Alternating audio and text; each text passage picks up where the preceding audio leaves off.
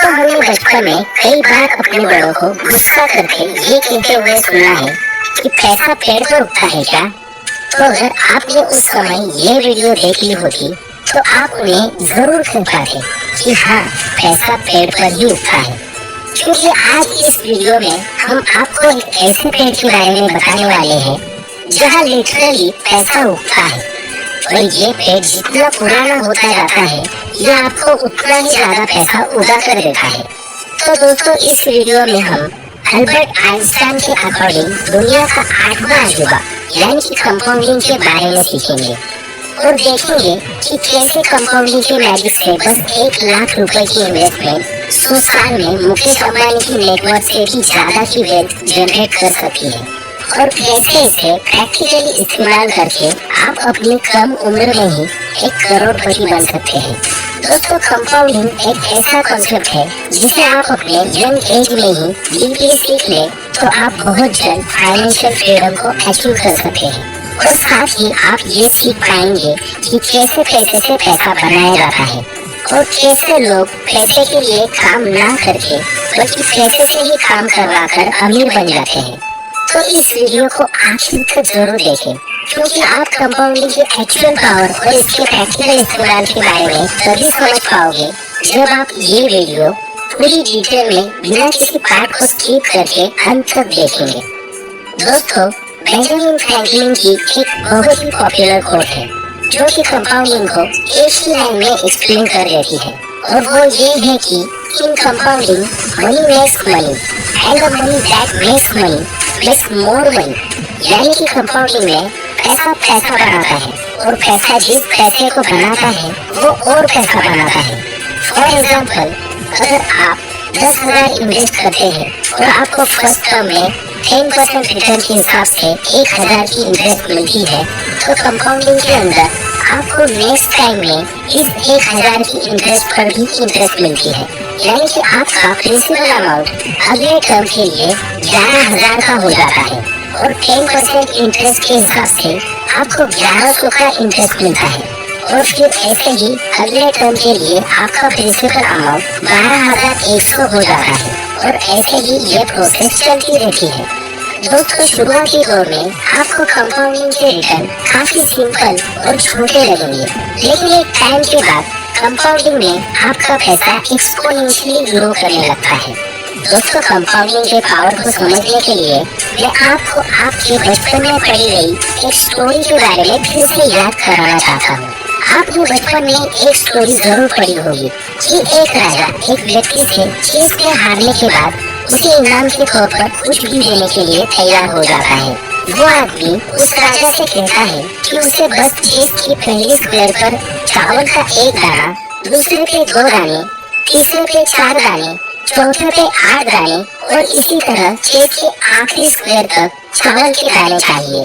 उस राजा को ये बात पहली नजर में बहुत छोटी लगी और वो इसके लिए राजी हो गया, लेकिन जब उस राजा ने चेस के स्क्वायर पर चावल के दाने रखने शुरू किए तो वो काफी शॉक्ड हो गया, क्योंकि इस तरह चावल के दाने रखने से चेस के आखिरी स्क्वायर पर इतने चावल के दाने चाहिए कि अगर उसे केजीज में कन्वर्ट किया जाए तो ये लगभग 77,800 करोड़ किलो होता है, जो कि 2020 के total global world rice production का 2000 गुना से भी ज्यादा है।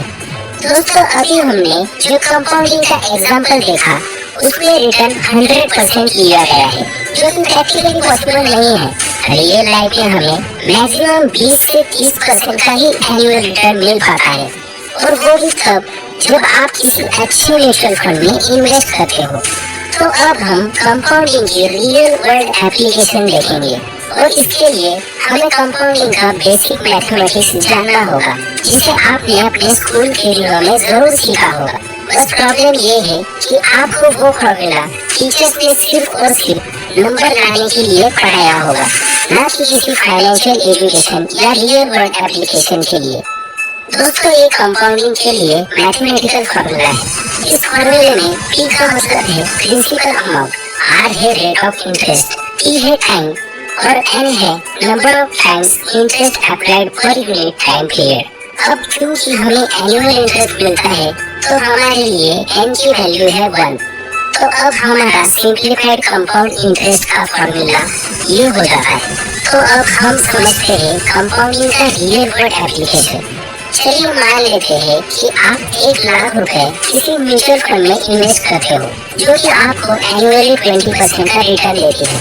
तो हमारा कंपाउंड इंटरेस्ट का फॉर्मूला कुछ इस प्रकार से रिड्यूस हो जाता है, जहाँ पर r की वैल्यू 0.2 है, p 1 लाख है और टाइम हम अपने हिसाब से ले लेते हैं। तो अब हम अलग अलग टाइम के हिसाब से कैलकुलेट करते हैं। अगर हम 1 साल के लिए इन्वेस्ट करते हैं तो हमारे लिए t 1 होगा, 5 साल के लिए इन्वेस्ट करते हैं तो t 5 होगा, एंड सो ऑन। कंपाउंडिंग की पावर को समझने के लिए हम t को 1, 3, 5, 10, 30, 50 और 100 के लिए कैलकुलेट करते हैं। तो दोस्तों, स्क्रीन पर आप अलग अलग टाइम के लिए रिजल्ट्स देख सकते हैं। पहले साल में हमारा ये अमाउंट 1,20,000 होता है, 3 साल में 1,72,000 के आसपास, 5 साल में 2,48,000 के आसपास, 10 साल में 6,19,000 के आसपास, 30 साल में 2,37,00,000 के आसपास, 50 साल में लगभग 91 करोड़ और 100 साल में यही अमाउंट 8,28,000 करोड़ रुपए जनरेट करती है। तो दोस्तों, अभी 2022 में मुकेश अंबानी, जो कि भारत के दूसरे सबसे अमीर और दुनिया के 10वें सबसे अमीर व्यक्ति है, उनकी नेटवर्थ इंडियन रुपीज में 7,48,000 करोड़ है। यानी कि हमारी 1 लाख की इन्वेस्टमेंट 100 साल में जितना पैसा बनाती है वो मुकेश अंबानी के 2022 के नेटवर्थ से भी ज्यादा है। तो दोस्तों, रियल वर्ल्ड में वॉरेन बफेट ने कंपाउंडिंग के इन्हीं मैजिक से केवल 60 सालों में ही 104 बिलियन डॉलर कमा लिए हैं और अगले 40 साल में यही अमाउंट 300 बिलियन डॉलर पार कर जाएंगे। वॉरेन बफेट ने कंपाउंडिंग के इन्हीं मैजिक्स को बहुत ही यंग एज में समझ लिया था और इसी वजह से उन्होंने अपना पैसा लॉन्ग टर्म में इन्वेस्ट किया और इसी कारण आज के समय में उनके पास 104 बिलियन डॉलर की नेटवर्थ है। लेकिन दोस्तों, हम में से ज्यादातर लोग बहुत कम उम्र में ही अमीर बनना चाहते हैं और फाइनेंशियली इंडिपेंडेंट होना चाहते हैं ताकि हम अपनी यंग एज में ही लाइफ को एंजॉय कर सके, अपने ड्रीम को पूरा कर सके और अपने मन मुताबिक जी सके। दोस्तों, कंपाउंडिंग की मदद से आप अपने 30s में ही करोड़पति बन सकते हैं, लेकिन इसके लिए आपको 10 साल के लिए रेगुलर इन्वेस्टमेंट करनी होगी। आप वन टाइम इन्वेस्टमेंट से इतनी जल्दी करोड़पति नहीं बन सकते, क्योंकि आपको पहले 1 करोड़ बनाने के लिए 25 साल तक इंतजार करना होगा। लेकिन वही आप अगर रेगुलर इन्वेस्टमेंट करते हो तो आप काफी जल्दी अपना पहला 1 करोड़ रुपए बना सकेंगे। अगर मैथमेटिकली देखा जाए तो आप बेसिकली कंपाउंड इंटरेस्ट के फॉर्मूले में टी को कम करना चाहते हैं और इसीलिए आपको या तो आर को बढ़ाना होगा या फिर पी को बढ़ाना होगा।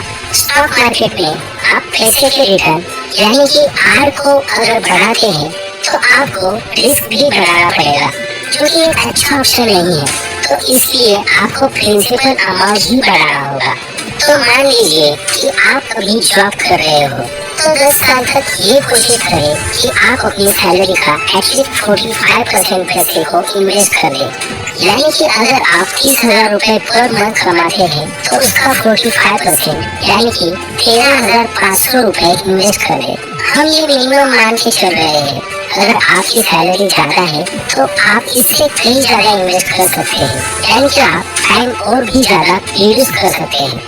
दोस्तों, हम जानते हैं कि 45% मंथली सेव करना इतना आसान काम नहीं है, लेकिन अगर आप बेसिक फाइनेंस और मनी मैनेजमेंट सीख जाए तो आप इसे आसानी से कर सकते हैं। ऐसा आपको सिर्फ अगले 10 सालों के लिए ही करना है और उसके बाद आप अपनी लाइफ को फाइनेंशियली फ्री होकर जी सकते हैं।